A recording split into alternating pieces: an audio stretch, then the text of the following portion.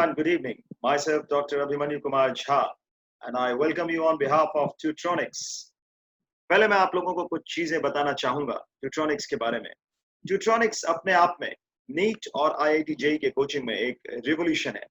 If you want to crack NEET or IIT JEE 2022 or 2021, you should join Tutronics. Tutronics जो है सबसे comprehensive और exhaustive online program लेके आया है आपके लिए, and that is at the rate of rupees 2,500 by IITians and India's best teachers. So you can apply for any 3 free demo classes from the comfort of your home by IITians and India's best NEET teachers. हमारे कुछ unmatched features हैं जिनके बारे में आपको मैं बताना चाहूंगा। Tutronics में you are going to get regular online live classes, regular doubt solving sessions, free study materials, small batches with personalized attention जो कि आपको बहुत कम जगहों पे मिलता है, unlimited test series, daily practice problems, as well as recorded video lessons and many more. And I can tell you, 1,000+ students have joined this revolution called Tutronics. Let's make it sure that you are the next one. Thank you. इस message के साथ मैं आप सबके साथ एक आज बहुत important topic पे बात करने वाला हूँ. And today we are going to start with the second topic or the second part of digestion and absorption in zoology. और जैसा कि मैंने आपको बताया था पिछली बार कि ओवरऑल हम हर मंथ में 4 क्लासेस जूलॉजी की करेंगे और 2 क्लासेस बॉटनी की करेंगे.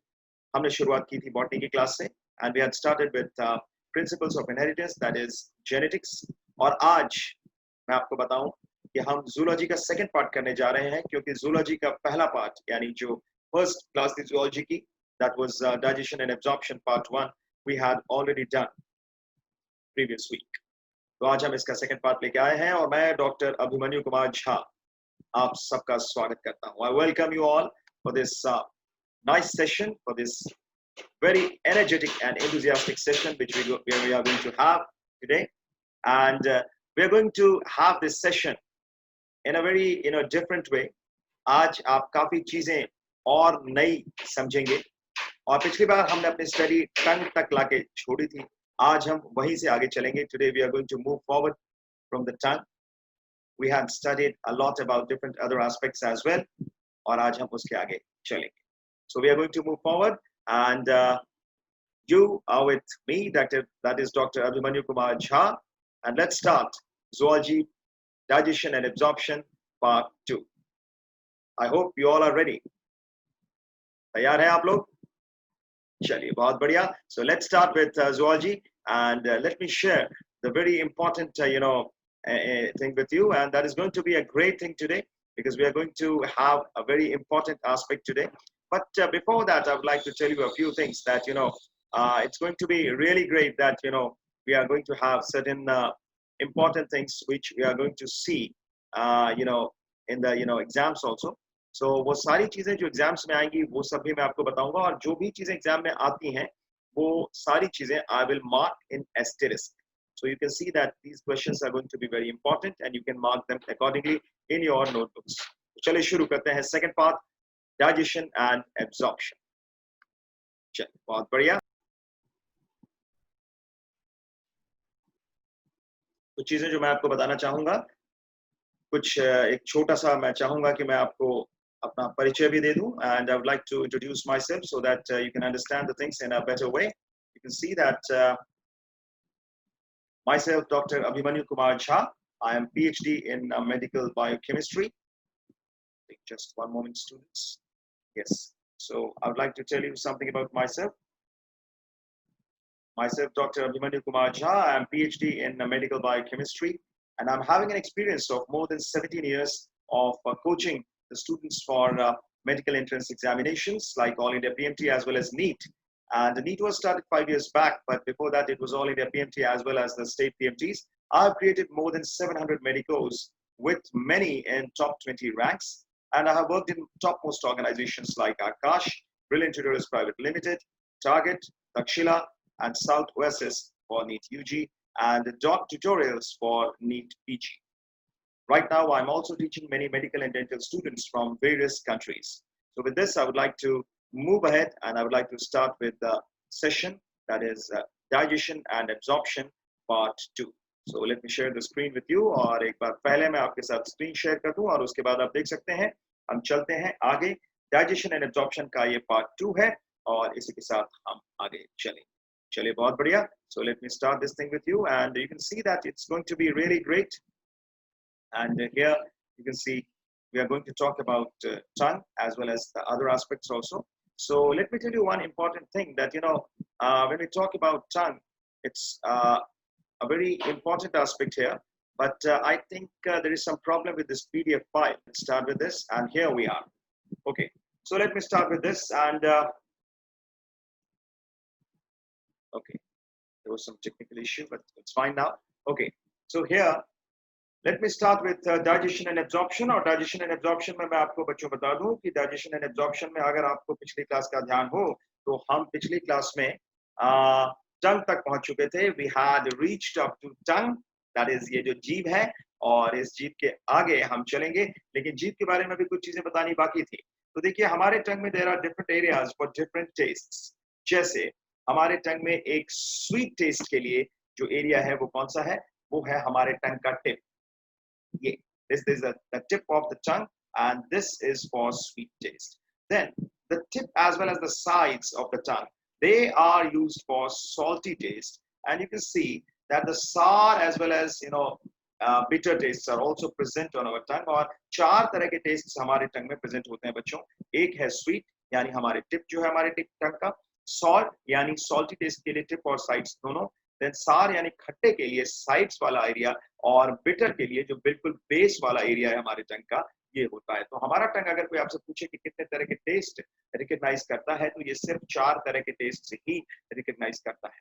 Now a number of tubular and mucous glands occur over the tongue, और ये जो ट्यूब्यूलर म्यूकस ग्लैंड्स हैं इनको हम कहते हैं Weber's gland. We call these as Weber's gland. ये बिल्कुल ध्यान में रखिएगा, ये क्वेश्चन आया हुआ है नीट में पहले भी, तो आपको ध्यान रखना है। They are called as Weber's glands. And tongue is involved in speech.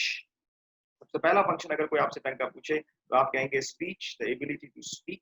And then क्योंकि देखो कुछ ऐसे वर्ड्स हैं जो हम बिना टंग की मदद से बोल ही नहीं सकते, जैसे टी, डी, बी, ड, ब। कोई भी शब्द तुम आ, ए के अलावा, ए भी जो बोलोगे ए, तो उसमें टंग का यूज नहीं होगा, लेकिन उसके अलावा जो भी तुम अल्फाबेट बोलोगे, हिंदी का हो चाहे इंग्लिश का हो, यू नीड टू, या किसी भी और लैंग्वेज का हो, हर एक में you need the help of tongue. So that is very, very important. So tongue is involved in speech, it is involved in swallowing, it is involved in taste also because it has taste buds. और मैंने पिछली बार आपको बताया था चार तरह के taste buds होते हैं। circumvallate papillae, कौन कौन से पैपिले हैं जो टेस्ट बड्स के लिए इंपॉर्टेंट है आपको पता है। circumvallate papillae एक इंपॉर्टेंट है, देन एक foliate papillae है, filiform है और pungiform है। ठीक है, ये अलग बात है कि foliate papillae हमारे में इतने ज्यादा प्रेजेंट नहीं होते, नियरली एब्सेंट होते हैं। तो ध्यान से देखें, it is also important for injection, क्योंकि जब हम फूड को च्यू करते हैं ऐसे, व्हेन यू च्यू इट, तो आपको पता है कि जब हम च्यू करते हैं तो ये सारा का सारा जो है टंग जब ऐसे यूं होता है लास्ट में, तभी स्वेलो हम कर पाते हैं, और उस प्रोसेस को हम कहते हैं बच्चे, क्या कहते हैं? डिग्लूटिशन। डिग्लूटिशन। तो डिग्लूटिशन का मतलब क्या हुआ? Swallowing. Deglutition is nothing else but swallowing. तो स्वेलोइंग के वक्त क्या होता है, ये सारी चीजें भी अभी हम देखेंगे, लेकिन पहले ध्यान से समझो, इंजेक्शन में भी हेल्प करता है। It acts as a spoon for drinking also, and it helps in moving food below teeth, हमारे दांतों के नीचे जो है फूड को मूव करने में, जैसे हम च्यू करते हैं ऐसे, तो उसमें भी हेल्प करता है, और साथ में हमारे दांतों को साफ करने में भी हेल्प करता है। It helps in cleaning of teeth as well. ठीक है, तो ये सारी चीजें हमें ध्यान में रखनी है। और जो बेसल रीजन है टंग का, that basal region is consisting of two tonsils. The basal region is consisting of two tonsils, जिनको हम कहते हैं lingual tonsils. We call them as lingual tonsils क्योंकि these are present in the base of the tongue. Lingual word is generally used for the tongue. तो tongue में जो tonsils present हैं उनको हम कहते हैं lingual tonsils. जैसे pharynx में जो present होगा उसको कहेंगे pharyngeal tonsils. ठीक है, so this is what we have to keep in mind. चलते हैं आगे। अब जरा ये areas देखें आप, और इन areas में आपको काफी अच्छी तरह से समझ में आएगा। I'm going to use the pen for a different color, I think, for you. I think we should go for a different color. I think we can use blue. Blue is fine this time. Okay. तो आप देख सकते हो कि ये वाला जो area है ये है किसके लिए, स्वीट के लिए, ये टिप है, ये हमारे टंग का बच्चे क्या है, टिप है, और ये स्वीट टेस्ट के लिए होता है। और ये पूरा अगर हम देखें ये स्वीट और सॉल्ट दोनों टेस्ट के लिए ये पूरा एरिया है। अगर आप ध्यान से देखोगे तो ध्यान से you can see this one, this is very very important. ये पूरा जो एरिया है ये पूरा स्वीट और सॉल्ट दोनों के लिए है। तो स्वीट के लिए सिर्फ इतना है, यहाँ से लेके यहाँ तक, ठीक है। लेकिन ये जो पूरा एरिया है ये पूरा ये सारा ये सॉल्ट के लिए भी है, और इधर भी आपका सॉल्ट वाला एरिया इस साइड भी है, इस साइड भी है। तो ये एरिया किसके लिए है, this is for salt. So salty taste, so salty taste का अगर कोई पूछता है आपसे तो आपको पता होना चाहिए बच्चों कि this is for what, this is in the on the tip as well as on in sides of the tongue as well. Tip पे भी है और साइड्स में भी है। अब सार की बात करें, सार वाला जो है बिल्कुल आपके टंग के दोनों साइड्स में से सिर्फ ये वाला एरिया जो है ये सार में आता है बच्चे, एक इधर और एक इधर। सार का मतलब होता है खट्टा, जैसे विनेगर वगैरह का टेस्ट होता है। सो this is on the sides, you can C, okay. And जो लास्ट वाला मैंने आपको चौथा टेस्ट बताया था बच्चों वो था बिटर। तो बिटर के लिए ये जो पूरा एरिया है ये पूरा आपका जो है ये बिटर है। तो आप देख सकते हो कि ये जो बिटर है ये किधर आ रहा है, bitter is I think we can use a red color for this, yes, that will be better for this, yes, you can say this. So ये जो है this is on the base, so this is present on the base of the tongue. So there are 4 types of tastes which are recognized by our tongue. That is, one is called as sweet, the other is salty, the third one is sour, and the fourth one is bitter. I hope आप सबको समझ में आ गया है। पहले हम पिछली class में कर चुके हैं जो हमारी जूलॉजी की पहली क्लास थी। Yes. चलें आगे बढ़ें। That's great. Let's move forward. So here we have the teeth. तो teeth की बात करें, teeth में अगर हम ध्यान से देखें तो teeth are hard structures and they are meant for, they have important functions to play. They have important roles to play. They are meant for tearing. They are meant for cutting. They are meant for crushing the things. चीजों को crush करने के लिए. And they are also meant for holding the food. तो food को hold करने के लिए, उसको tear करने के लिए, crush करने के लिए, cut करने के लिए जो है टीथ की जरूरत पड़ती है। अब इन टीथ की जरूरत किस लिए पड़ती है ये तो हमने देख ली। Now what is the function of the teeth, तो फंक्शन देखें टीथ का, सबसे पहला फंक्शन क्या है वो आपको पता है, टीयरिंग है, कटिंग है, क्रशिंग है, होल्डिंग है। लेकिन टीथ एक बहुत इंपॉर्टेंट चीज में हेल्प करता है, इन सारे प्रोसेसेस को देख के आप कह सकते हो, और वो फंक्शन क्या है, it helps in digestion. Teeth के बगैर डाइजेशन नहीं हो पाएगा, क्यों, क्योंकि ऐसा नहीं है कि टीथ कॉम्प्लेक्स फूड को बिल्कुल जो है आपके सिंपल फूड में तोड़ देगा, लेकिन पहला काम डाइजेशन का जो होता है वो होता है जो आपने फूड खाया उसको च्यू करना। तो वो च्यू कौन करेगा, टीथ ही करेगा। टंग उसमें सपोर्टिंग रोल प्ले करता है, सलाइवा उसमें सपोर्टिंग रोल प्ले करता है बच्चों। तो अब देखते हैं टीथ के टाइप्स, ध्यान से देखिए। सबसे पहला जो टीथ का टाइप है वो है एक्रोडॉन्ट। कुछ टर्म्स हैं जो टीथ से एसोसिएटेड है, हम जरा उनको देखेंगे। एक्रोडॉन्ट की बात करें, these are the teeth which are fixed over the bone, लेकिन ये बोन के ऊपर फिक्स्ड जरूर होते हैं, एम्बेडेड नहीं होते सॉकेट्स में। For example we have reptiles, लेकिन इसमें क्रोकोडाइल्स नहीं आएंगे। क्रोकोडाइल्स के कई कैरेक्टर्स जो हैं वो मैमल्स से मिलते हैं, बर्ड्स से मिलते हैं, हालांकि दे बिलोंग टू रेप्टाइल्स। तो आप देख सकते हो कि example is reptiles except crocodiles, and then we have the amphibians as well. The next one is thecodont. Thecodont हमारी टीथ को भी कहा जाता है, ह्यूमन बींग्स की टीथ को भी थीकोडॉन्ट कहा जाता है बच्चों। थीकोडॉन्ट का मतलब क्या होता है, the teeth which is present in sockets. अगर आपके टीथ कुछ इस तरह का स्ट्रक्चर हो कि सपोज अगर ये बोनी स्ट्रक्चर है, तो इस बोनी स्ट्रक्चर में आपका टीथ अगर इस तरीके से प्रेजेंट है, और ये पूरा जो है आपका यहाँ से सीमेंटेड एरिया है पूरा ये इस तरीके से, और सीमेंट का मतलब ये नहीं कि जो आप घरों में यूज करते हैं, सीमेंट मतलब कोई भी चीज which is use to join the things, ठीक है ना। तो इसमें जो है इस पूरे एरिया में जो कनेक्शन बनता है गम्स का टीथ के साथ, उसमें पूरा जो अभी मैं आपको बताऊं, अभी आप देखोगे कि कई बार जो टीथ का जो कनेक्शन बनता है बहुत बहुत सिंपल सिंपल कनेक्शन है, और पूरे बोन्स का अगर आप ध्यान से देखें तो ये पूरा इस तरीके से पूरा जो बनता है, तो ये पूरा टीथ का जो स्ट्रक्चर अगर आप देखो पूरा जो जाता है, इट्स लाइक सपोज मोलर हो या कोई भी हो, तो ये नीचे तक जो कनेक्शन बनता है उसमें ब्लड वेसल्स भी प्रेजेंट होते हैं, और आपका क्या प्रेजेंट होता है बच्चे, ब्लड वेसल्स के अलावा नर्व्स भी प्रेजेंट होता है। और इसीलिए अगर किसी टूथ को निकाला जाता है या किसी की रूट कैनाल सर्जरी होती है, तो उस केस में आप ये देखेंगे कि रूट कैनाल सर्जरी वगैरह जब होती है तो काफी ज्यादा दर्द होता है, उस दर्द का कारण भी यही होता है। तो आपको ये समझना पड़ेगा कि ओवरऑल जो है चीजों को कैसे लेके चलना है। तो I hope you got it. तो this is very very important, और मैं यही बताना चाह रहा था आपको कि इस पूरे प्रोसेस के दौरान अगर आप ध्यान से देखो तो ये जो आपका ये पूरा जो एरिया है जिसके अंदर ये प्रेजेंट होता है, तो ये जो गम्स है ये गम्स अभी मैं पूरा नहीं दिखा रहा हूँ, this is just a rough diagram to show it. तो ये जो है सीमेंटेड स्ट्रक्चर के साथ टीथ अटैच होता है, और अगर टीथ आपका सॉकेट में प्रेजेंट है तो ऐसे टीथ को कहा जाता है थीकोडोंट। ऑल्दो जो एग्जैक्ट स्ट्रक्चर है वो भी मैं अभी दिखाऊंगा थोड़ी देर में, आज ही की क्लास में दिखाऊंगा, don't worry. So these are embedded in sockets और एल्विलाई। फॉर एग्जांपल मैमल्स, जितने भी मैमल्स हैं उनमें जो टीथ होती है वो थीकोडोंट होती है। और एक रेप्टाइल जो मैंने पिछली बार अभी आपको बताया, एक्रोडोंट की बात की मैंने पिछले पॉइंट, उसमें मैंने बताया कि सारे रेप्टाइल्स जो होते हैं वो एक्रोडोंट हैं except one, and that one is what? Crocodile. So crocodiles किसमें आएगा? थीकोडोंट में आएगा। I hope it is clear. Is that clear? Any doubt? चलिए बहुत बढ़िया। तो चलते हैं अब एक और टर्म जो टीथ से एसोसिएटेड है उसको देखते हैं, मोनोफायोडोंट। मोनोफायोडोंट का मतलब हुआ one set of teeth. Okay, monophyodont मतलब the presence of one set of teeth, यानी जो टीथ एक ही बार आते हो दोबारा नहीं आते हो। जैसे प्लेटिपस की बात करूं तो प्लेटिपस में जो टीथ हैं वो क्या है? आपने सुना होगा डक बिल्ड प्लेटिपस, ऑर्निथोरहिंकस। डाइवर्सिटी में आपको पढ़ाएंगे और ये भी बताएंगे कि एग लेइंग मैमल्स जो हैं, they are the connecting links between reptiles and mammals. Reptiles और मैमल्स के बीच जो है कनेक्टिंग लिंक है वो एग लेइंग मैमल्स हैं। तो उसमें वन सेट ऑफ टीथ वाले में एग्जांपल क्या आएगा बच्चे? Platypus. Then we have toothed whale. Toothed whale जो है उसमें भी मोनोफायोडोंट होता है, यानी टीथ एक ही बार आता है। लेकिन हम क्या है? हम एक तो थीकोडोंट है और दूसरा क्या है? डाइफायोडोंट। आपको वैसे डाइफायोडोंट का मतलब क्या हुआ? Di means two, di means two, तो टू मतलब दो बार आने वाली टीथ, यानी presence of two sets of teeth. Presence of two sets of teeth, और वो टू सेट्स ऑफ टीथ कौन कौन से? सबसे पहला मिल्क टीथ है, यानी दैट इज टेम्पररी, एंड दूसरा है permanent.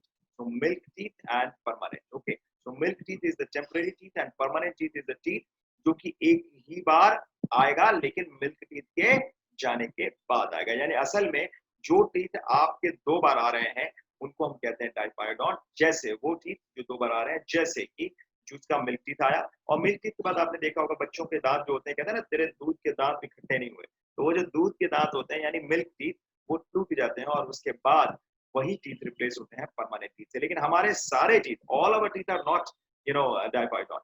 Some of the teeth are coming only once, but some of the teeth are diphyodont. तो ये सारा हम देखेंगे। For example, mammals. I hope it is clear. Any doubt? That's great. Okay, so let's move on to the next one. Next one is polyphyodont. Beta, this is polyphyodont. PHY. Okay. So polyphyodont का मतलब क्या हुआ? The teeth can be replaced many times. The teeth can be replaced many times. For example, frog. So the teeth is getting replaced many times. It will come, then it will be gone, then it will again come, और फिर आएगा चलता रहेगा। तो ऐसी teeth को हम कहते हैं polyphyodont, जो कि frog में पाया जाता है। So example of polyphyodont teeth is frog. And then you have isodont. Iso means what? Same. Iso means same. उसी तरह इसको एक और शब्द कहा जाता है, that is homodont. Homo means also same. So homodont or isodont means what? When all teeth are similar. When all teeth are similar. So an example of this is the toothed whale. An example of this is the toothed whale. So I think you can remember this easily. And the next one is heterodont. Hetero means different. Hetero means different. हमारे teeth, our teeth is also called as heterodont. तो ध्यान से देखिए, more than one type of teeth. क्यों? क्योंकि hetero मतलब होता है बच्चे क्या? अलग अलग। हेट्रो मतलब होता है अलग अलग। तो अलग अलग टीथ अगर होगा तो उसको कहते हैं हम heterodont. 4 types of teeth occur in human beings. पहला सबसे आगे वाले ये जो हैं, ये चिजल शेप्ड हैं, इनको हम कहते हैं incisors. So these are chisel shaped incisors. These are used for cutting. These are used for cutting. तो आप जब खाना खाते हो तो आप क्या करते हो? यहाँ पे जैसे आपने खाना रखा तो सबसे पहले खाना रखते ही यहाँ पे आप ऐसे च्यू करते हो। किसी चीज को अगर नॉर्मली आपने कट करना हो, अगर सॉफ्ट सी चीज हो और उसको कट करना हो, अगर बहुत ज्यादा हार्ड ना हो, तो उसको हम कहते हैं क्या? उसको कहते हैं क्या? कटिंग के लिए जो यूज करते हैं ऐसी चीज को क्या कहोगे? ये वाला सामने वाला incisors. So these are called as incisors. तो ये आप ध्यान में रखेंगे। And then talking about all this, you can see that incisors के अलावा यहाँ पे साथ में यहाँ पे जो नुकीले से हैं, ये इनको हम कहते हैं canines. These are used for tearing. These are used for tearing. And then you have, इसके बाद जो है इधर, मैं पहले इस हाफ की बात कर रहा हूँ और ऐसा ही इस हाफ में भी है और ऐसा ही लोअर जॉ के भी दोनों हाफ में है। तो आपको सबसे पहले तो ये समझना पड़ेगा कि हमारे अपर जॉ यानी this one and lower jaw यानी दिस वन, दोनों में ही there are two halves. There are two halves. So we are talking about one half first. So you can see that canines are there for tearing. Then bicuspid premolars are there, bicuspid premolars, they are used for grinding. Bicuspid premolars, they are used for grinding, and 4 to 5 cuspid molars are there for crushing and grinding. For crushing and grinding. I hope you understand this. This is going to be very very simple if you understand it. तो last में जो आपके teeth हैं वो कहलाते हैं बच्चे molars. I hope it is clear. मजा आ रहा है digestion and absorption में? चलिए अभी तो देखो दांत के टाइप्स कर रहे हैं. अब हम देखेंगे जो खाना आपने खाया वो कैसे डाइजेस्ट होगा. और अभी थोड़ी देर में जब आप खाना खाओगे, when you're going to eat, तो डाइजेशन कैसे होता होगा, कैसे शुरुआत होती है, वो तो जरूर आप आज की क्लास के बाद ही समझ जाओगे.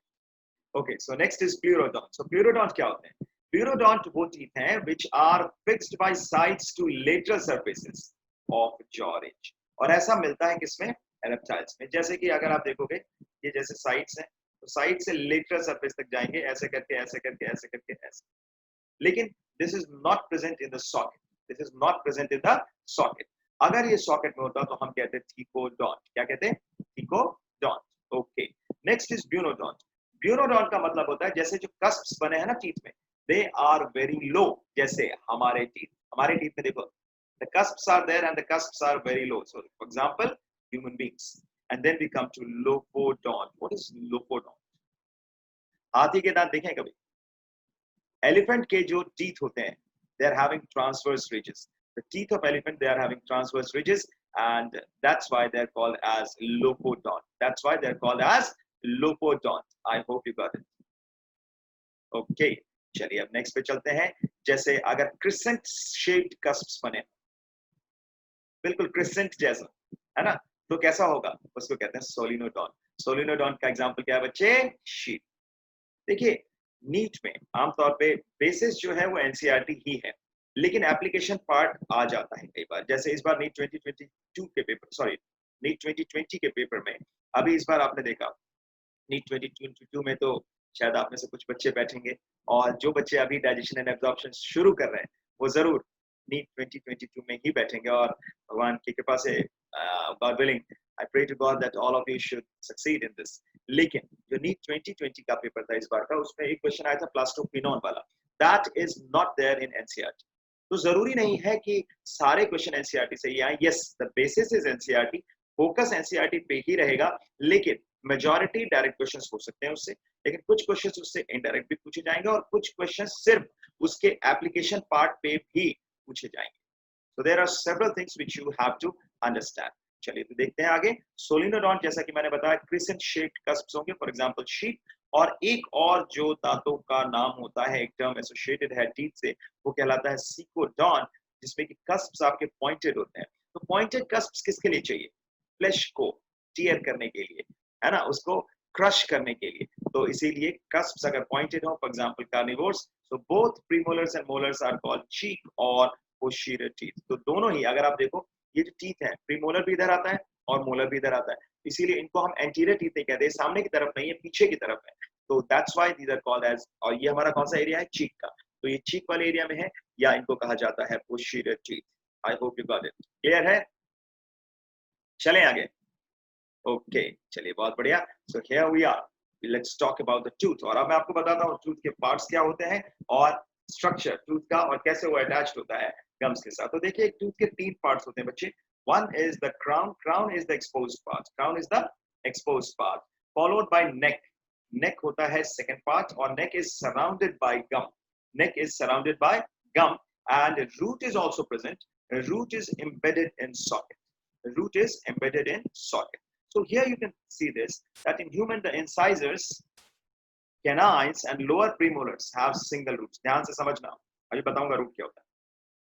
ह्यूमन बींग्स में इंसाइजर, कैनाइन और लोअर प्रीमोलर्स में एक ही रूट होगा, जबकि अपर प्रीमोलर्स एंड लोअर मोलर्स में 2 रूट्स होंगे और अपर मोलर्स में 3 रूट्स होंगे. अभी हम देखने वाले हैं थोड़ी देर में, अभी देखेंगे आप. लेकिन टूथ जो है वो एक आइवरी लाइक सब्सटेंस से मिलकर बना है बच्चे, जिसको हम कहते हैं dentine. And this is the living part of the tooth.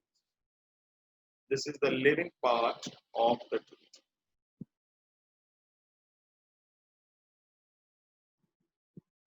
I hope it is clear. And in tooth, when we have this root region, so root region में dentine is covered by bone-like cement and periodontal membrane. Dentine is covered by bone-like cement and periodontal membrane. तो ध्यान से देखो, crown part कैसा होगा और क्या होगा, जरा ध्यान से पहले समझ लो।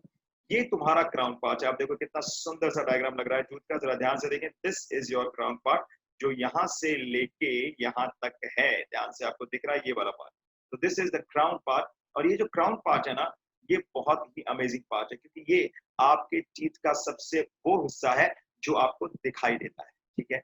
और इसका जो सबसे ऊपर वाला एरिया है जो आप ये देख रहे हो, इसको हमने क्या कहा, इसको हम कहते हैं इनामल।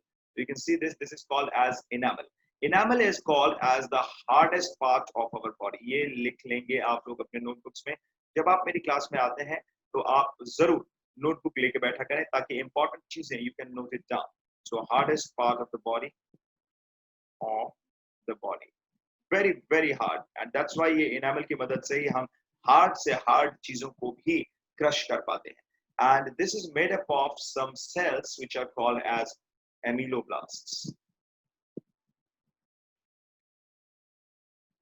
तो ब्लास्ट क्या होते हैं? ब्लास्ट वर्ड आप कहीं भी यूज करते हो, इसका मतलब होता है फॉर्मिंग, यानी फॉर्मिंग सेल्स जो होते हैं उनको हम कहते हैं ब्लास्ट्स। तो ameloblasts are used for you know formation of enamel.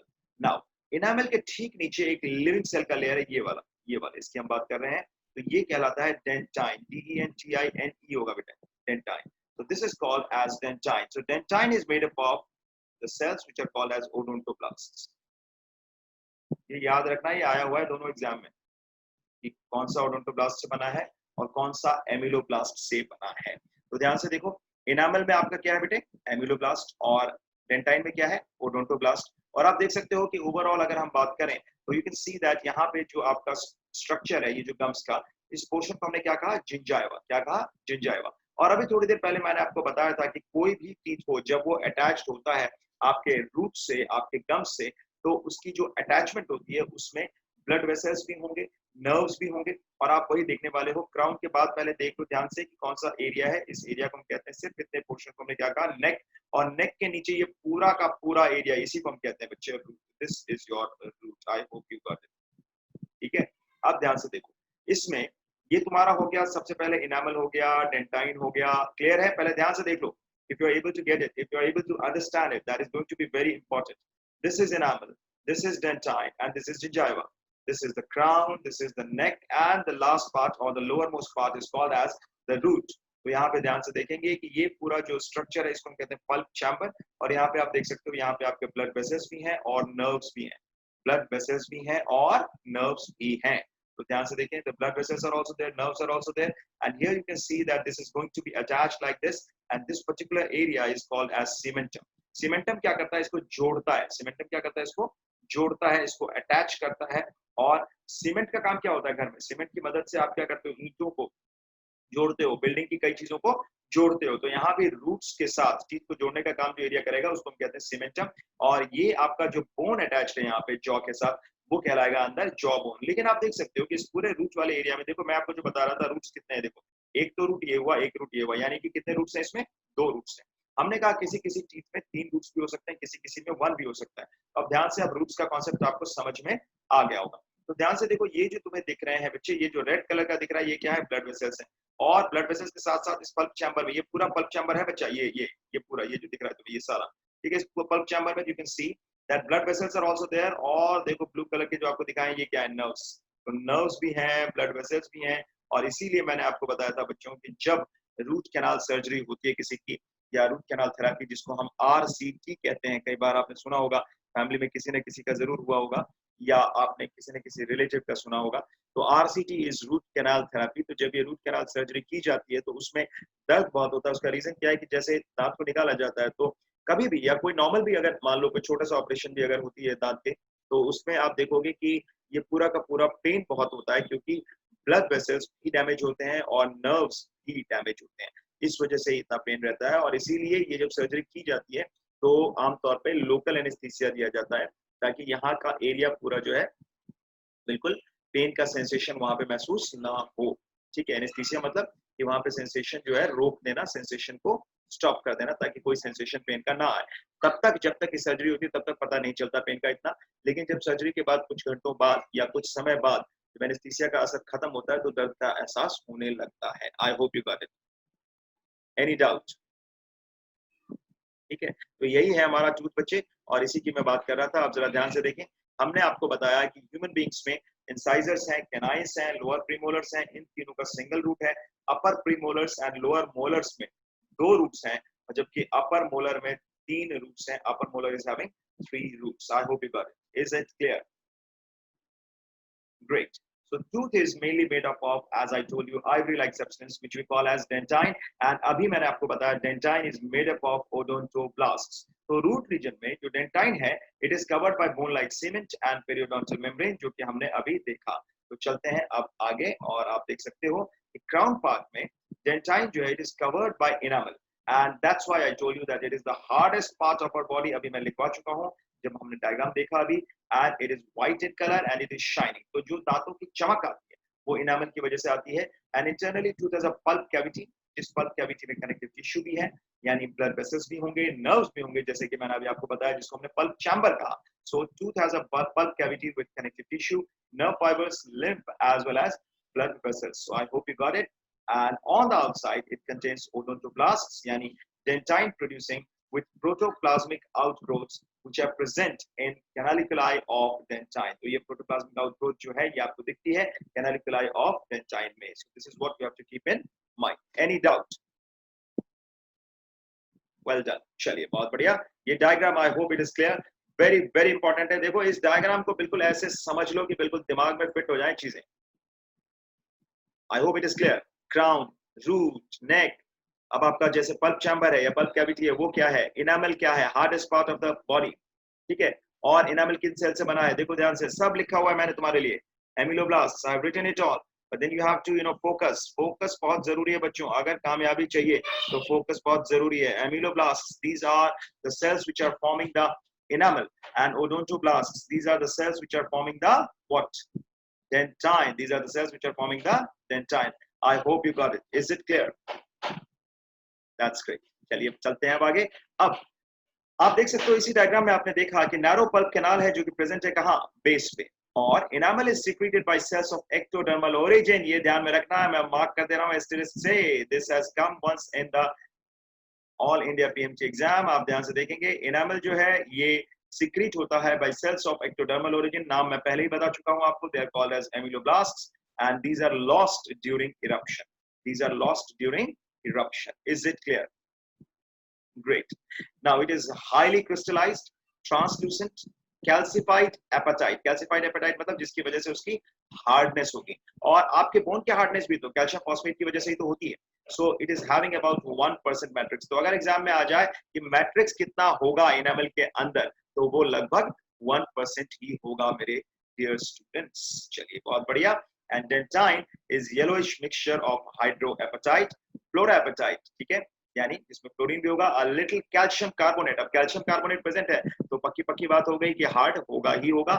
and about 20% organic matrix, about 20% organic matrix. So this is what you have to keep in mind. And cement is bone-like material which is formed of calcium phosphate and hydroxyapatite.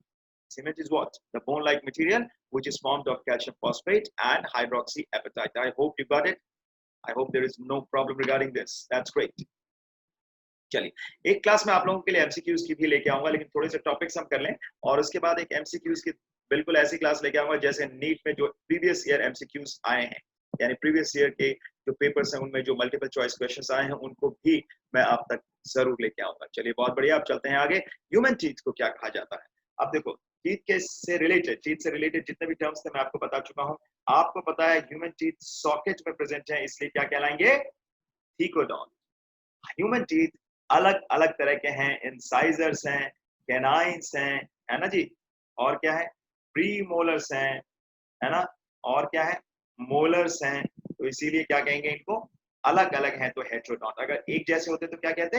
होमोडॉन्ट। Then low कस्प्स है हमारे teeth में, तो इसीलिए क्या कहेंगे बच्चों? ब्यूनोडॉन्ट। कस्प्स लो है हमारी टीथ में, इसीलिए क्या कहेंगे? ब्यूनोडॉन्ट। और हमारे टीथ के 2 सेट होते हैं, एक मिल्क टीथ और एक परमानेंट, इसीलिए कहलाएगा डाइपायोडॉन्ट। डाइपायोडॉन्ट का मतलब क्या हुआ कि 2 बार टीथ आ रहे हैं। एक मिल्क टीथ होता है जो बच्चों में आता है, और बच्चों का ये टीथ जब टूट जाता है तो उसके बाद इसको बोलते हैं परमानेंट टीथ। तो लेकिन ये टीथ टूटना कब शुरू होता है? क्वेश्चन ये है कि ये टीथ टूटना कब शुरू होता है? जरा ध्यान से देखना। सिक्स्थ ईयर में जब बच्चा पहुंचता है, यानी 6 साल का जब बच्चा होने वाला होता है, तो उसके टीथ टूटने शुरू होते हैं, मिल्क टीथ वाले। लेकिन एक बार में ही सारे टीथ नहीं टूटते हैं, वरना खाओगे कैसे? ठीक है ना? एक ही बार में अगर सारे टीथ टूट जाएंगे तो खाओगे कैसे? तो इसलिए क्या होता है, आप देखते हो कि टीथ आपके जो टूटते हैं वो धीरे धीरे करके टूटेंगे। एक बार में एक टूटा, फिर थोड़े कुछ महीनों बाद दूसरा टूटेगा, फिर तीसरा टूटेगा, फिर चौथा टूटेगा। लेकिन जब एक टूटेगा तो उसका रिप्लेसमेंट हो जाता है, यानी उसकी जगह पर परमानेंट टीथ आना भी शुरू हो जाता है। ये प्रोसेस चलता रहता है टिल 10th ईयर। ठीक है, तो ये समझ जाना ध्यान से कि 10th ईयर तक ये टूटने का कार्यक्रम जो है ये चलता रहता है। 10th ईयर तक सारा जो भी दांत टूटते हैं वो टूट जाते हैं और नए दांत आ जाते हैं। तो this is what you have to understand. And milk deciduous. अब ये सवाल उठता है कि दांत आने कब शुरू होते हैं? दांत आने शुरू होते हैं 6th to 11th मंथ। किसी किसी बच्चे में 6 महीने में आ जाते हैं, किसी किसी बच्चे में पहला जो दांत आता है वो 11 महीने के बीच आ सकता है। यानी कि मिल्क, या इसको हम डिसीडियस टीथ भी कहते हैं। डिसीडियस टीथ इसलिए कहते हैं because this teeth is lost. So milk deciduous और temporary teeth begin to appear at the age of 6 to 11 months. So 6 to 11 months के age में they start appearing and they are completed by the age of 2 years. They are completed by the age of 2 years. 2 साल की as तक बच्चे के लगभग जितने दांत आने हैं वो सारे आ जाते हैं। तो टोटल कितने दांत आते हैं 2 साल की एज तक? There are 20 milk teeth. तो आप कहोगे सर इसका फॉर्मूला क्या है? तो वही देखते हैं। ऐसे फॉर्मूले को क्या कहेंगे? जो दांतों का फॉर्मूला है इसलिए कहलाएगा dental formula. So what is dental formula? ध्यान से देखो.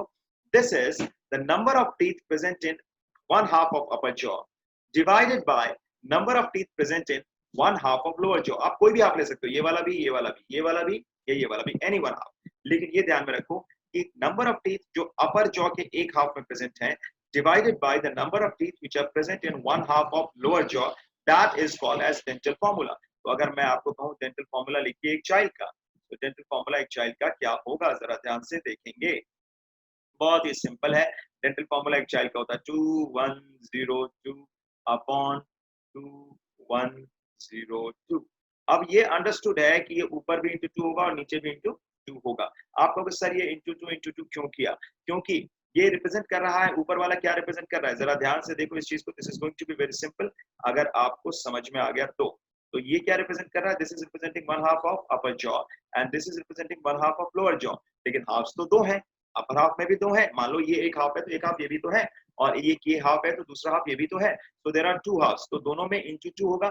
अब ये जो इंटू 2 होता है, इस इंटू 2 की अगर मैं बात करूं तो ये मैथ्स की तरह नहीं होगा कि आप कैंसिल कर दो। मैथ्स की तरह नहीं होगा क्या कैंसिल कर दो। So what you do basically is कि ये कैंसिल अगर कर दोगे तो दांत आपके टूट जाएंगे, दांत आपके टूट जाएंगे। तो इसीलिए क्या करते हैं कि ये दांत आपके टूटते तो है नहीं, जो टूटते हैं वो मिल्क टीथ वाले ही टूटते हैं, तो सारे के सारे जाएंगे। तो अगर ऐसे इंटू टू करोगे और कट कर दोगे अपने आप, तो तुम्हारे कट करने से थोड़ी दांत टूटेंगे, है ना? वो तो अपने आप जब मिल्क टीथ में जाना है वो जाना है। ठीक है। सो ये जो डेंटल फॉर्मूला तो उसमें क्या होता है, देखिए ध्यान से बच्चे। ये जो पहला वाला है ये है आपके इंसाइजर्स, आई फॉर इंसाइजर्स। दूसरा वाला सी फॉर कैनाइज। दोनों हाफ में यही रहेगा, upper half of one half of upper jaw upon one half of lower jaw, चाहे वो अपर जॉ में हो चाहे लोअर जॉ में। पहला वाला इंसाइजर्स, दूसरा कैनाइज, तीसरा होता है पीएम यानी प्रीमोलर्स, और चौथा होता है क्या? Molars. I hope you got it. समझ में आया? क्या बात है, बहुत बढ़िया। सो this is the dental formula for milk teeth. It is I means what? Here you can see I is incisors, then canines is C, then premolars and molars. अब ये फॉर्मूला आप कहोगे सर ये तो डिफरेंट है जो आपने बताया। बिल्कुल जी डिफरेंट है। इसके हिसाब से तो ये दे रहा है, ये क्या दे रहा है? 2120 अपॉन 2120। लेकिन ये गलत है, ये गलत है। ज्यादातर बुक्स में पहले ये दिया होता था, लेकिन अब ये गलत है। ये बिल्कुल मार्क करके रख लेना। Some workers believe that milk premolars are absent in infants. Instead they have milk molars. और ये some workers जो बिलीव करते हैं ना, यही सही है। ठीक है, यही सही है। पहले कहा जाता था some workers believe, अब माना जाता है yes it is true and this is the dental formula. This is the dental formula जो मैंने अभी आप लोगों के लिए ये लिखा है। डेंटल फॉर्मूला में सिर्फ यहीं तक लिखते हैं 2102 अपॉन 2102। इसके आगे into 2 ऊपर भी और नीचे भी इसकी कोई जरूरत नहीं होती। So I hope you got it. This is incisors 2 by 2, canines 1 by 1, the premolars 0 by 0 and molar 2 by 2. So here you can see this is all 2102 upon 2102 into 2, ऊपर भी और नीचे भी वही चीज है। तो दांत कितने में जरा ध्यान से देखो, 2 + 1 ध्यान से देखो, कलर कोई और कर देते हैं आपके लिए so that it's easy for you to understand and okay green कर देते हैं फिलहाल। अब बताओ ये 2 जो है ये क्या है? ये क्या है? 2 + 1 3, 3 + 0 5 और 5 + 2 क्या? सॉरी 2 + 1 3 और 3 + 0 5 कैसे हो गया? 3 + 0 तो 3 ही रहा। जो मैं कह दूंगा उसको सच नहीं मानना है, ठीक है? कई बार हम कंफ्यूज करने के लिए बोलते हैं बच्चों को। सो 2 + 1 3, 3 + 0 3 और 3 + 2 5, ठीक है? तो 5 हो गया और 5 into 2 यानी ऊपर 10 और नीचे क्या होगा? 2 + 1 3, 3 + 0 3 और +2 5, तो 5 into 2 कितना हो गया? 10। तो ऊपर भी 10 और नीचे भी 10, तो यही तो है देखो ना, 10/10 या टोटल टीथ कितनी हुई एक बच्चे में? 20। आई hope you got it. 2102 upon 2102 यही करेक्ट फॉर्मूला है। बच्चों में जो डेंटल फॉर्मूला है उसका फॉर्मूला यही होगा, 2120 नहीं होगा, कई बुक्स में मेंशन है अभी भी, दैट इज रॉन्ग, ठीक है? I hope you understand. Is it clear? चलें आगे। चलिए जी, बहुत बढ़िया। तो आप देखते हैं ये टीथ कैसे होता है और क्या होता है, जरा ध्यान से देखो। आप देख सकते हो कि ये हो गया आपका इंसाइजर जो आगे की तरफ है और ये जो नुकीले से दांत आपको दिख रहे हैं ये कहलाते हैं आपके कैनाइन्स, ठीक है जी। अब आप कह रहे थे सर रूट का, तो देखो रूट सिंगल रूट वाले आपको दिख ही रहे हैं, ठीक है? अलग अलग रूट वाले भी आपको दिख रहे हैं, ठीक है? और ये हो गया आपका प्रीमोलर, इसीलिए इनको चीक टीथ कहते हैं, क्योंकि चीक टीथ में देखो ये पूरा हिस्सा चीक का ही तो है, ये वाला, है ना? तो इसीलिए इसको पीछे वाला हिस्सा है, इसलिए पोस्टीरियर भी कहेंगे और चीक टीथ भी कहेंगे। तो premolars and molars are called as posterior teeth as well as cheek teeth. तो अगर एग्जाम में आ जाए which are the posterior teeth और which are the cheek teeth, तो ध्यान में रखेंगे क्या? Molars and premolars. So premolars and molars. I hope you got it. Is it clear? ठीक है? और आपको पता है कि ये सॉकेट्स हैं, इन सॉकेट्स में ही जो है ये सॉकेट्स हैं आपके, इन्हीं सॉकेट्स के अंदर टीथ प्रेजेंट है, इसीलिए हमारे टीथ को ठीकोडोंट कहा जाता है। I hope you got it. चलें आगे। चलिए जी, बहुत बढ़िया।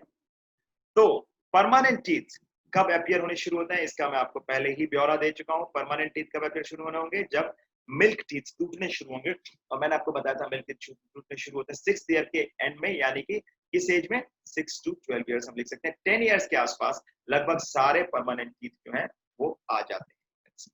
चलें आगे। 10 to 12 मैक्सिमम जो जाएगा वो 12 तक जाएगा। नॉर्मली कहा जाता है कि 10 ईयर तक ज्यादातर जो आपके मिल्क टीथ है वो लॉस्ट हो जाते हैं और परमानेंट टीथ आने शुरू हो जाते हैं। कुछ टीथ आने में थोड़ा टाइम लेते हैं, तो किसी किसी का 11th ईयर में आएगा, किसी किसी का 12th ईयर भी चला जाता है। चलिए, तो मिल्क टीथ लॉस्ट होंगे। Last molars come out late, कब? सबसे लास्ट वाले जो मोलर्स हैं ये बहुत बाद में आते हैं, आफ्टर 18 इयर्स ऑफ एज। तो आप कहोगे कि सर एक बात बताइए, फिर डेंटल फॉर्मूला क्या है? तो सबसे पहले एक काम करते हैं ना, हमने चाइल्ड का डेंटल फॉर्मूला देखा, तो अब डेंटल फॉर्मूला देखते हैं एक टीनेजर का। Dental formula of a teenager like you. आपका डेंटल फॉर्मूला क्या है ये भी तो जरूरी है भाई, आपकी इंपॉर्टेंस सबसे ज्यादा है ना?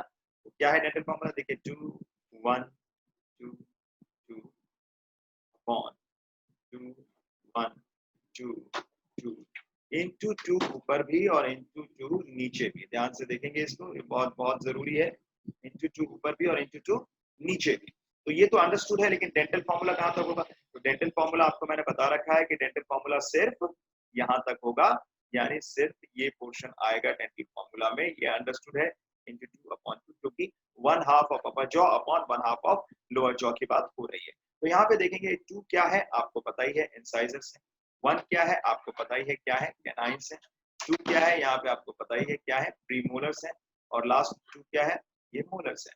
तो 4 ये जो अलग अलग तरह के टीथ है उनकी अगर हम बात करें, तो यहाँ पे अगर आप टोटल करने बैठोगे बच्चों, तो क्या आएगा? 2 + 1 3, 3 + 2 5, 5 + 2 क्या आएगा? 7। तो 7 into 2 कर दो ऊपर, क्योंकि 1/2 अपर जॉ का रिप्रेजेंट कर रहा है ना, so it will be 7 into 2, so it will be what? 14। और नीचे देखो 2 + 1 3, 3 + 2 5, 5 + 2 7 और 7 into 2 यानी 7 दूनी 14 यानी 14। So it will be 14 on the upper jaw and 14 in the lower jaw. कितना हो गया 14 + 14? 28। ठीक है, आप कैलकुलेट करके देखो, टंग की मदद से यू कैन कैलकुलेट ऑल्सो, आप इसको काउंट कर सकते हो। देखो ऐसे मुंह बंद करके चलो, and you can count it easily. So you can count it, और क्लास के दौरान भी कर सकते हो, क्लास के बाद भी कर सकते हो। तो अगर आप काउंट करोगे तो आपका ये टोटल आएगा 28। तो ये 28 ही होते हैं हमारे में टीथ, किसमें? टीनेजर्स में, जैसे आप लोग। लेकिन अगर मैं बात करूं एक एडल्ट की, तो एक टीथ एक्स्ट्रा आ जाता है हर हाफ में दोनों जॉ। तो देखो ध्यान से क्या आएगा, डेंटल फॉर्मूला मैं लिख रहा हूं। अब अगर एग्जाम में पूछा गया ना कि डेंटल फॉर्मूला लिखिए ह्यूमन बीइंग का, तो आप ये वाला लिखेंगे जो मैं अब लिख रहा हूं। So that will be the dental formula of an adult, and that is 2, 1, 2, 3 upon 2, 1, 2, 3. And again, it will be multiplied by 2 here and multiplied by 2 here. This is understood. तो यहाँ पे क्या हुआ? दो क्या है? Incisors. एक क्या है? Canine.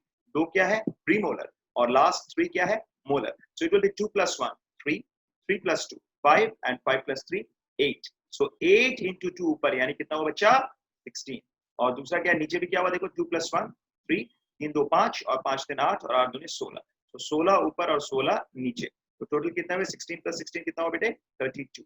So this is the thing. So this is the dental formula for permanent teeth. And here you can see again I 2 by 2 means incisors 2 by 2, canines 1 by 1. The same thing. They have written like this. ऐसे combine कर दिया और कुछ भी नहीं है. Confuse मत होना. 2 by 2, 1 by 1. फिर अगला क्या आएगा? प्रीमोलर्स देखो जरा. 2 by 2 है. ये लो जी. आ गया. और यहाँ देखो. मोलर क्या है? 3 by 3. लो जी ये भी आ गया. और क्या चाहिए? तो ये आ गया। और इसको इस तरह से जोड़ोगे तो वही आएगा तुम्हारा इंटू 2, ऊपर भी करोगे इंटू नीचे भी करोगे। क्यों? क्योंकि डेंटल फॉर्मूला का जो डेफिनेशन है वही है क्या? It is representing one half of upper jaw divided by one half of lower jaw. I hope you got it. Clear है? मजेदार है? बहुत बढ़िया। चलिए चलते हैं आगे। So here it is. और ये मैंने बिल्कुल एक सलीके में आपके लिए एक डायग्राम रखा है ताकि आपको चीजें और बेहतर तरीके से समझ में आए। So different types of teeth are arranged. और ध्यान से देखें, ये सबसे पहले सामने वाला जो आपको दिखता है ये वाला, ठीक है, ये क्या है बच्चे? इंसाइजर। फिर उसके बाद आपको दिखता है नुकीला वाला, ये क्या है बच्चे? This is canine. और उसके बाद आपको पीछे थोड़ा और पीछे चले जाते हैं आप, तो ये जो दिखता है वो कौन सा है? ये है प्रीमोलर। और लास्ट वाला जो आपको दिखता है वो कौन सा बेटा? लास्ट वाला जो है वो है molar. So you have incisors, you have canines, you have premolars, and you have molars. I hope you got it. Is that clear? चले आगे। बहुत बढ़िया, मस्त लग रहा है ना? चलो, सो सलाइवरी ग्लैंड्स की बात करें आप, क्योंकि टीथ की बहुत बात हो गई, डेंटल फॉर्मूला की भी बात हो गई, तो आप कहोगे कि सर अभी तक जो हमने पढ़ा उसमें दो इंपॉर्टेंट ऑर्गन्स हमने करे। एक तो पिछली क्लास में आपने देखा था डाइजेस्टिव ऑर्गन्स, हमने डिफरेंट एनिमल्स के डिस्कस किए थे, काफी एनिमल्स में हमने देखा। फिर हमने ये भी देखा एक्स्ट्रा सेलुलर डाइजेशन किसमें होता है, इंट्रा सेलुलर डाइजेशन किसमें होता है। हमने ये भी उससे पहले शुरुआत में, सबसे शुरुआत में पिछली क्लास में हमने देखा था, we talked about different modes of nutrition like autotrophic, heterotrophic. Heterotrophic में भी कौन-कौन से हैं वो सब भी हमने देखा, सैंग्विनिवरस, डेट्रिटिवरस, देयर वर सो मेनी। लेकिन फिर बाद में जब हमने ह्यूमन डाइजेस्टिव सिस्टम शुरू किया तो हमने देखा कि भाई आपका जो है टंग का क्या रोल है, टंग का स्ट्रक्चर कैसा होता है, कौन-कौन से पैपिले होते हैं। और आज की क्लास में हमने अब तक देखा कि टंग के पैपिले के अलावा there are so many other things like we talked about different things like you know, अभी हमने कई सारी चीजें और देखी। जैसे आज आपने देखा टंग में कौन कौन से टेस्ट हैं और कौन सा टेस्ट किस एरिया में होता है, कौन से टेस्ट के लिए जो रिकग्निशन के लिए, किस टेस्ट के रिकग्निशन के लिए कौन सा एरिया जिम्मेदार होता है, कौन सा एरिया किस चीज को टेस्ट करेगा, कौन से टेस्ट के लिए रिस्पॉन्सिबल है। Then you talked about with me, we discussed together. So the thing is that there were so many things like we talked about the teeth, different types of teeth, bunodont क्या है, secodont क्या है, lopodont क्या है, heterodont क्या है, dipyodont क्या है, monopyodont क्या है, all these things we studied, है ना? Clerodont क्या है, acrodont क्या है, and then we talked about कि हमारे टीथ कैसे होते हैं। देन हमने देखा कि हमारे टीथ अगर हेटेरोडोंट हैं, डायफायोडोंट हैं, थीकोडोंट हैं और ब्यूनोडोंट है। ये ध्यान रखना, हमारे टीथ क्या है? हेटेरोडोंट हैं क्योंकि अलग अलग हैं, इंसाइजर है, कैनाइन है, प्रीमोलर है और मोलर है। हमारे टीथ जो है वो लो कस्प हैं इसलिए ब्यूनोडोंट है। हमारे टीथ दो बार दो सेट आते हैं, दो बार आते हैं ना, एक सेट पहले आया, दूसरी बार दूसरा सेट आएगा, तो दो बार आते हैं। और क्योंकि दो सेट्स हैं इसलिए डायपायोडोंट भी है, और हमारे टीथ सॉकेट में प्रेजेंट है इसलिए थीकोडोंट भी है। तो ऑल दीज थिंग्स हमने देखी और उसके बाद हमने डेंटल फॉर्मूला वगैरह स्टडी किया, एक चाइल्ड का, एक टीनेजर का यानी आपका, और एक एडल्ट का यानी हम जैसों का।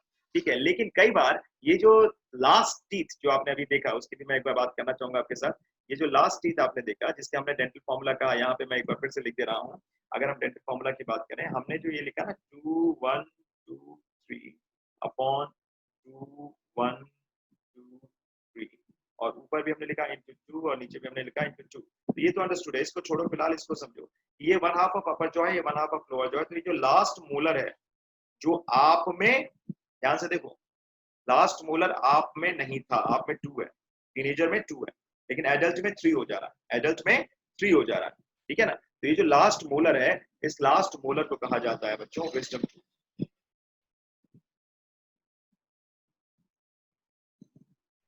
विजडम एंड कई लोग कहते हैं इसको अकल दांत, लेकिन अकल से इसका कोई लेना देना नहीं है। लेमैन के हिसाब से लोग कह देते हैं कि ये जब आता है ना तो बहुत दर्द होती है, 18 साल के बाद ही आता है, इधर भी आ सकता है, इधर भी, इधर भी, इधर भी, तो कितने हो गए टोटल 4 हो गए, है ना। क्योंकि एक आपका डेंटल फॉर्मूला में जो ऊपर वाला है वो क्या है, that is representing one half of upper jaw, और नीचे वाला क्या है, that is representing one half of lower jaw. तो ये जो है टोटल हो गए 4। तो ये जो है कई बार किसी किसी में एडल्ट होने के बावजूद किसी किसी में बिल्कुल नहीं आता है। तो क्या मतलब, अगर अकलदार हो ये और सही में अकल से रिलेटेड होती तो क्या कहते हैं उसमें अकल नहीं आई।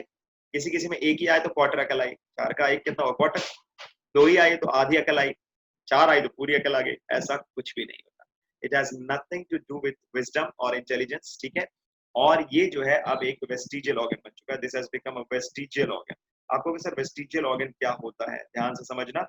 Vestigial organs are those organs which were functional in our ancestors but not functional now। जो हमारे पूर्वजों में फंक्शनल थे लेकिन अब वो फंक्शनल नहीं है, ऐसे ऑर्गन्स को हम कहते हैं वेस्टिजियल ऑर्गन्स। ये आपको ध्यान में रखना है। तो वेस्टिजियल ऑर्गन्स का एक एग्जांपल विजडम टूथ भी है, क्योंकि किसी किसी में आता ही नहीं। तो आप लोगों सर इसका पहले फंक्शन क्या था, इसका पहले फंक्शन ये था, जब हम नोमैडिक लाइफ में थे बच्चे तो we used to eat raw. तो जो एनिमल मिलता था उसको कच्चा ही खा जाते थे ऐसे। उस समय विजडम टूथ की भी जरूरत थी और एक और ऑर्गन चाहिए था उस समय, that was called as the canines which were large. So large canines कहते हैं। The canines used to be very large. क्यों? क्योंकि जरूरत थी उस टाइम पे कच्चा खाने के लिए, ऐसे करके खाते थे। तो विजडम टूथ भी चाहिए थे दोनों तरफ, यानी इधर भी, अपर जॉ में भी लोअर जॉ में भी, यानी 4। और साथ में क्या था कि लार्ज कैनाइन्स भी चाहिए थे। लेकिन उसके बाद fire was discovered and human beings started cooking the food। और जब हम खाना कुक करने लगे तो फूड बिकेम सॉफ्टर। और धीरे धीरे आज की डेट में अगर आपको कोई कहे कि कच्चा एनिमल खा जाओ, आप नहीं खा सकते, खा ही नहीं पाओ, ठीक है ना। तो उस समय ये था कि धीरे धीरे करके जब फूड कुक होने लगा तो food became softer and it came in the habit of human beings to eat softer food. तो आज विजडम टूथ की जरूरत ही नहीं है, इसलिए इट इज नॉट फंक्शनल। और यही लमार्क की एक थ्योरी थी। लमार्क ने एक बहुत अच्छी थ्योरी दी थी, theory of inheritance of acquired characters. तो था ही उसका पॉपुलर, जो बाद में रिजेक्ट हुआ। लेकिन हर मामले में रिजेक्ट नहीं है। जर्म प्लाज्म के कैरेक्टर्स अगले जनरेशन में जाएंगे, सोमैटोप्लाज्म के नहीं जाएंगे, जो ऑगस्ट वाइसमैन ने बाद में प्रूव किया था। उससे पहले चार्ल्स डार्विन ने एक थ्योरी दी थी, theory of origin of species by means of natural selection. वो सारा कराऊंगा इवोल्यूशन में, डोंट वरी। लेकिन फिलहाल अभी जो बात है वो ये कि लमार्क ने एक और थ्योरी दी थी, और उस थ्योरी का नाम था theory of use and disuse of organs, जिसके हिसाब से जिस ऑर्गन को हम ज्यादा यूज करते हैं वो डेवलप होता जाता है, और जिस ऑर्गन को हम कम यूज करते हैं वो अंडर डेवलप्ड हो जाता है। The organ which we use more becomes more and more developed, and the organ which we use less becomes under developed. तो यही होता है, और ऐसा ही हुआ क्योंकि लार्ज कैनाइन्स की का यूज खत्म हो गया। उसी तरह विजडम टूथ का यूज खत्म हो गया। तो जब इनका यूज खत्म हो गया तो उसके बाद इनका कोई फंक्शन बचा ही नहीं। तो धीरे धीरे करके अंडर डेवलप्ड होने लगे। और आज की डेट में definitely I can tell you there are many persons in our population, many people in our population जिनके में विजडम टूथ नेवर कम्स। और even if wisdom tooth is coming, sometimes out of 4 only 2 wisdom teeth is coming. कभी कभार सिर्फ एक ही आता है और कभी कभार आता ही नहीं है। So that is why, because it has become a vestigial organ, it is no more required to be functional. Similar is the case with large canines as well. Clear है? चलिए, मजेदार चीजें हैं और ये आपको ध्यान में रखनी है क्योंकि ये आ सकता है एग्जाम में, ठीक है ना। देखो, हर कॉन्सेप्ट बायोलॉजी में कहीं ना कहीं किसी न किसी कॉन्सेप्ट से रिलेट हो जाता है, इसीलिए आपको ध्यान से देखना पड़ेगा। ऐसा नहीं है कि इवोल्यूशन सिर्फ 12th में ही पढ़ना है और डाइजेशन एंड एब्जॉर्प्शन सिर्फ जो है 11th में ही पढ़ना है। देखो यहाँ इवोल्यूशन का कॉन्सेप्ट, इवोल्यूशनरी एविडेंस कहते हैं इसको, वेस्टिजियल ऑर्गन्स को, वो रिलेट हो गया विजडम टीथ के साथ और कैनाइन्स के साथ। चलिए बहुत बढ़िया, चलते हैं आगे और मैं आपके लिए सेलेक्ट कर लूं रेड कलर। ओके, ब्लू करें कि रेड करें बताओ। चलो जी, जिन बच्चों को रेड पसंद है वो ये बताएं, रेड करें। तो there are 4 types. Salivary glands की बात हो रही है, लेकिन हम सिर्फ अपनी बात नहीं कर रहे हैं, हम बात कर रहे हैं कि ज्यादातर एनिमल्स की बात कर रहे हैं। तो जैसे एक होता है इंट्रा ऑर्बिटल ग्लैंड्स। तो इंट्रा ऑर्बिटल ग्लैंड्स क्या होते हैं, ध्यान से देखो। This gland is just under the eye orbit. Eye orbit है ना, उसके ठीक अंडर पे, बिल्कुल just under the eye orbit present है। And duct of these glands extend near the second molar in the upper jaw. लेकिन ये cats वगैरह में प्रेजेंट होता है, हमारे में प्रेजेंट नहीं, हमारे में प्रेजेंट नहीं होता। तो आपको कहोगे सर फिर हमारे में कितने प्रेजेंट होते हैं? हमारे में only 3 pairs of salivary glands होते हैं। हमारे में only 3 pairs of salivary glands are there. 3 pairs of salivary glands are there. ठीक है ना? अब आप कहोगे सर कौन कौन से पेयर्स ऑफ salivary glands हैं हमारे में, जरा ध्यान से देखो। तो देखो पैरोटिड ग्लैंड्स की बात करते हैं। These are the major salivary glands and these glands are located just below the auditory external canal.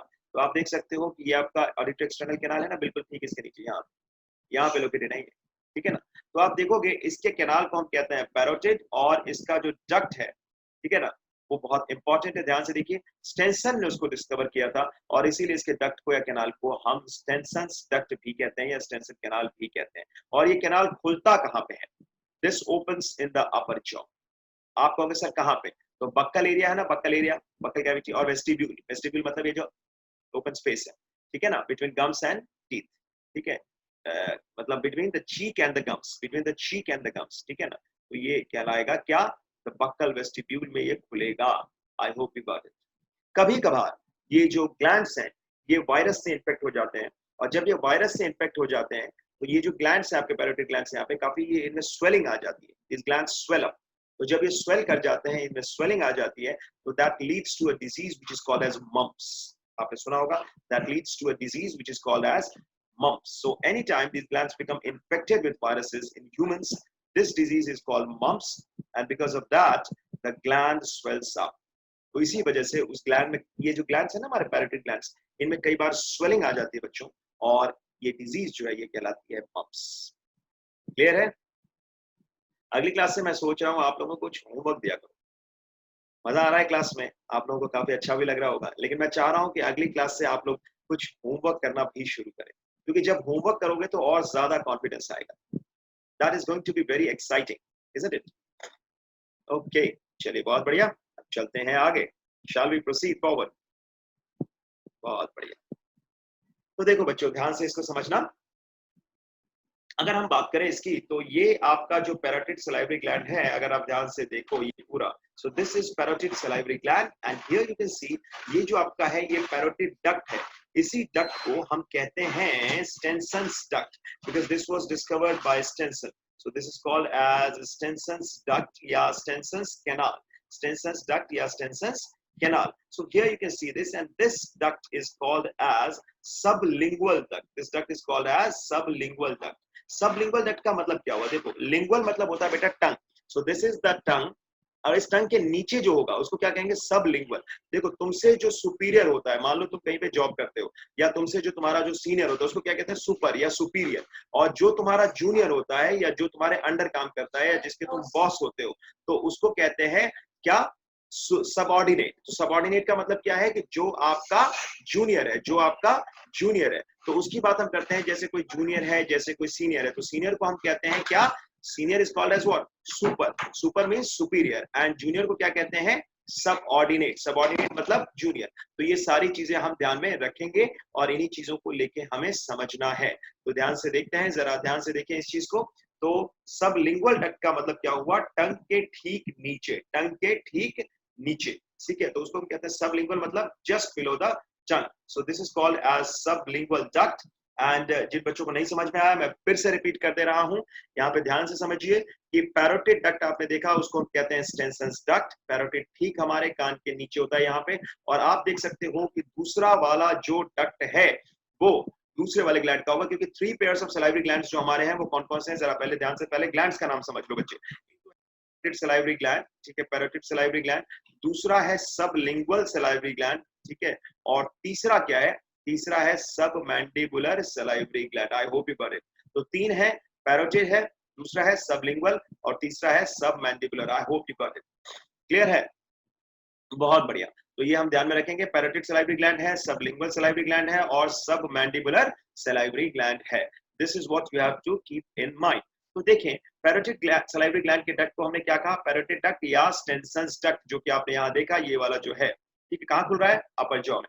दूसरा हमने कहा सबलिंगुअल डक्ट, यानी कि सबलिंगुअल सलाइवरी ग्लैंड के डक्ट को हम कहते हैं सबलिंगुअल डक्ट, ठीक है। तो ये आपको ध्यान में रखना है। This is also called as duct of Rivinus. Sublingual का मतलब क्या हुआ? जैसे कि मैंने आपको बताया, सब मतलब जूनियर, यानी जैसे कोई सबऑर्डिनेट है मतलब नीचे किसके, जिसका नाम मेंशन हो, यानी सबलिंगुअल का मतलब क्या हुआ, लिंगुअल मतलब टंग और सब मतलब नीचे, यानी टंग के नीचे, ठीक है। और अगला क्या है, सब मैंडिबुलर। सब मैंडिबुलर का मतलब क्या है, जस्ट बिलो। सब मतलब बिलो और मैंडिबुलर मतलब मैंडिबल के, ये क्या मैंडिबल ही तो है, तो मैंडिबल के ठीक नीचे, समझ में आया। So this is the thing and this is your submandibular salivary gland here and you can see the duct. इसके duct को हम कहते हैं Wharton's duct. This duct is also called as Wharton's duct. So I hope it is clear and are you able to understand it? Just tell me. समझ में आ रहा है, मजा आ रहा है? Great.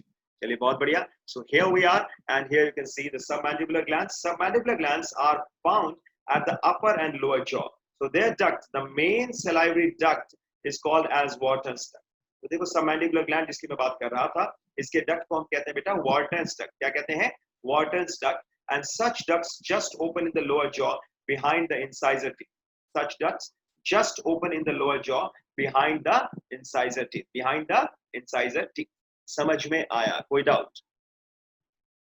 क्लियर है? That's great. तो यही Wharton's duct जो है बहुत इंपॉर्टेंट है और ये लोअर और अपर जॉ दोनों में मिलते हैं ये सबमैंडिबुलर ग्लैंड्स, बिल्कुल जंक्शन ऑफ अपर और लोअर जॉ पे मिलेंगे। ध्यान से आप देख सकते हैं यहाँ पे, बिल्कुल यहाँ पे जो है सबमैंडिबुलर ग्लैंड इधर, ये आपका इधर है, ठीक है। सो this is like this and एकदम बिल्कुल इधर की तरफ यहाँ, है ना। और आप देख सकते हो कि ये जो डक्ट है it just opens in the lower jaw behind the incisor teeth. कहाँ पे खुलेगा? लोअर जॉ में खुलता है। आप देखिए ध्यान से, I hope you are able to see that. Well done. तो ये चीज आप ध्यान में रखेंगे। और तीसरा ग्लैंड जो कि मैंने बताया, सबसे पहला आपने देखा पैरोटिड, ये पेयर्स में है बच्चों, दोनों साइड में होते हैं, इधर भी इधर भी, ठीक है। सो 3 पेयर्स ऑफ सलाइवरी ग्लैंड्स हैं। एक आपने देखा पैरोटिड ग्लैंड्स, दूसरा आपने देखा सब मैंडिबुलर ग्लैंड्स,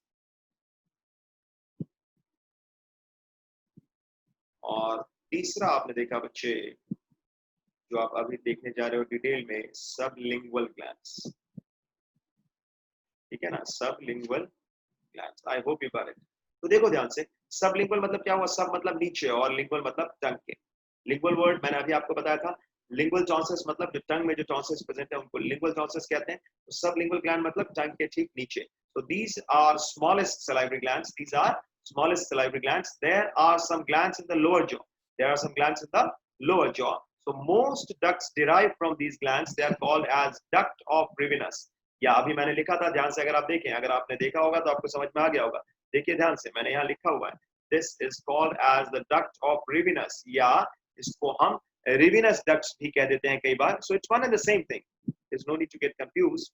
तो ऐसे डक्ट्स को हम कहते हैं डक्ट ऑफ रिविनस, और even the ducts of Bartholin भी इसी का नाम है। डक्ट ऑफ बार्थोलिन भी इसी का नाम है। I hope you got it. समझ में आया? चलिए बहुत बढ़िया। And these are on the ventral side of the mouth. Ducts develop in the buccopharyngeal cavity. Buccopharyngeal cavity में ये डेवलप करेंगे। और चलते हैं आगे, ध्यान से देखो। Sublingual gland smallest salivary duct है, they secrete the most saliva. ये स्टेटमेंट एक क्वेश्चन में दिया हुआ है, ठीक है, लेकिन इसमें एक एग्जाम में आया था ये, और एक एग्जाम में जो अथॉरिटी थी उसने इसको मार्क कर दिया था, ये गलत है। सबसे ज्यादा सलाइवा सिक्रीट करता है पैरोटिड।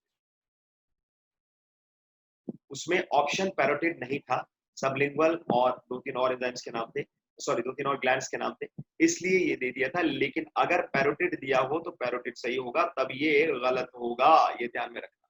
तब पैरोटिड सही होगा, ये आप ध्यान में रखें। So parotid secretes the most saliva. And 2 तरह के ग्लैंड है, आपको पता है। एक तो एक्सोक्राइन ग्लैंड है जो डक्ट के थ्रू अपना सिक्रीशन सिक्रीट करता है। एक्सो मतलब बाहर, यानी जिसका सिक्रीशन बाहर की तरफ सिक्रीट होता हो। और दूसरा होता है एंडोक्राइन ग्लैंड।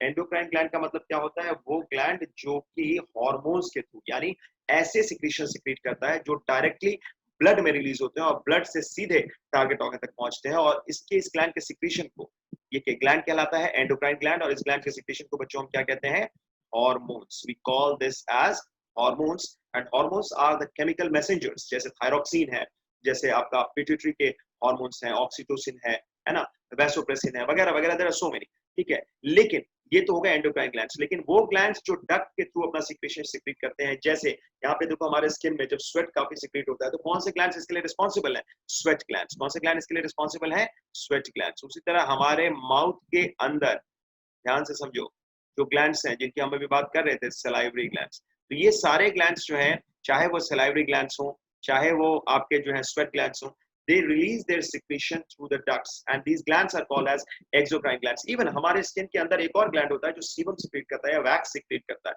उसको हम कहते हैं सेबाशियस ग्लैंड्स। तो वो क्या होता है, अगर ठंड के मौसम में अगर आप कभी देखो तो आपके स्किन में जो व्हाइट व्हाइट सा हो जाता है, वो इसीलिए क्योंकि सीबम जो होता है वो कम टेम्परेचर पे अगर हम बात करें, क्योंकि कोल्ड में टेम्परेचर कम होता है तो वो आपका थोड़ा सा सॉलिडिफाई होने लगता है, तो वो व्हाइट व्हाइट सिक्रेशन आपको समझ में आता है। सो इन सलाइवा वाटर, ध्यान से समझो, सलाइवरी ग्लैंड के सिक्रेशन को हमने क्या कहा? सलाइवा। तो सलाइवा में है क्या क्या, जरा ध्यान से समझो। सलाइवा में सबसे ज्यादा तो पानी है, 90 to 95%, बल्कि 90 to 99% हमें कहना चाहिए वाटर है। फिर क्या है? म्यूकस है। फिर स्टार्च डाइजेस्टिंग एंजाइम है जिसको हम टाइलिन कहते हैं। Ptyalin is another name for salivary amylase. अब इसको सलाइवरी एमाइलेज कहा जाता है। एमाइलेज मतलब कार्बोहाइड्रेट को डाइजेस्ट करने वाला, और सलाइवरी मतलब सलाइवा में होता है। 30% डाइजेशन डाइसैकेराइड के लेवल तक, यानी माल्टोज के लेवल तक या लिमिट डेक्सट्रेज के लेवल तक 30% डाइजेशन कार्बोहाइड्रेट का माउथ में होता है इसी एंजाइम की वजह से, जिसको हम कहते हैं सलाइवरी एमाइलेज। सलाइवा का पीएच स्लाइटली एसिडिक है, 6.8, स्लाइटली एसिडिक है, क्योंकि 7 जो है आपका क्या है? न्यूट्रल है। 7 न्यूट्रल है, और 7 के ऊपर क्या होता है बच्चों? एल्कलाइन। 7 के ऊपर क्या होता है? एल्कलाइन। तो आपका 7 के करीब अगर होगा तो लगभग न्यूट्रल के आसपास है, लेकिन स्लाइटली एसिडिक है क्योंकि 7 से कम है। तो स्टार्च डाइजेस्टिंग टाइलिन एंजाइम भी है, लाइसोजाइम भी। आपको सर लाइसोजाइम क्यों होता है? भाई जो आप खाते हो ना उसमें खूब सारे बैक्टीरिया होते हैं, उन बैक्टीरिया को कौन मारेगा? लाइसोजाइम। क्योंकि लाइसोजाइम का फंक्शन क्या है? It degrades the cell wall of bacteria. It degrades the cell wall of bacteria. तो ये ध्यान में रखेंगे, ये डिग्रेड करेगा क्या? Cell wall of bacteria. ध्यान से एक एक चीज समझो बच्चे। डिग्रेड्स द सेल वॉल किसका? बैक्टीरिया का। तो भाई जब बैक्टीरिया का सेल वॉल ही नहीं रहा तो बैक्टीरिया कहां से रहेगा? ना रहेगा बांस, ना बजेगी बांसुरी। ठीक है, so that is the thing. And then thiocyanates basically ये जो होते हैं बच्चे, this is having anti microbial action, यानी ये माइक्रोब्स को मारता है। तो ये सारी चीजें सलाइवा में बहुत जरूरी है। And they also check the growth of bacteria in buccopharyngeal cavity. तो बक्कोफेरेंजियल कैविटी में भी वो बैक्टीरिया की ग्रोथ को चेक करते हैं या कंट्रोल में रखते हैं। आई होप यू गॉट इट। ठीक है, कोई doubt? So this is all about this, and I would like to tell you a very important thing that this was really great. That in this class we learned about so many things. We learned about the tastes, different kinds of tastes which our tongue helps in tasting. Then we learned about the different types of teeth. और फिर हमने देखा human beings के teeth कैसे होते हैं, किस type के होते हैं, हेट्रोडॉन, डाइबायोडॉन, थिकोडॉन, ब्यूनोडॉन। फिर हमने देखा we talked about the dental formula of a child, teenager and adult. फिर हमने वेस्टिजियल ऑर्गन्स की भी बात की, क्योंकि विजडम टूथ और लार्ज कैनाइंस की भी बात हुई। और उसके बाद हमने देखा सलाइवरी ग्लैंड्स कितने होते हैं। इंफ्राऑर्बिटल ग्लैंड्स भी एक तरह के सलाइवरी ग्लैंड्स है, लेकिन वो हमारे में नहीं होता। हमारे में सिर्फ 3 पेयर्स ऑफ सलाइवरी ग्लैंड्स होते हैं, और वो कौन से 3 पेयर्स हैं वो आपको पता है। पहला पैरोटिड, ठीक है, दूसरा सबमैंडिबुलर, और तीसरा सबलिंगुअल। फिर हमने इनके तीनों के डक्ट्स के बारे में बात की। पैरोटिड ग्लैंड के डक्ट को क्या कहते हैं? स्टेनसन्स डक्ट। सबलिंगुअल ग्लैंड के डक्ट को डक्ट ऑफ रिविनस, और सबमैंडिबुलर ग्लैंड के डक्ट को वॉर्टन्स डक्ट। ये सारी बात हमने की, और उसके बाद हमने देखा सलाइवा के क्या क्या कॉन्स्टिट्यूएंट्स होते हैं, लाइसोजाइम का क्या रोल है, थायोसाइनेट का क्या रोल है, और सलाइवरी एमाइलेज का क्या। We talked about all this in today's class, और अगली क्लास हम इसके आगे लेके चलेंगे, and trust me, that's going to be more and more interesting, and keep your trust intact on Tutronics. Remember students, Tutronics has brought a new revolution in the field of NEET and JEE coaching. So trust Tutronics. Thank you.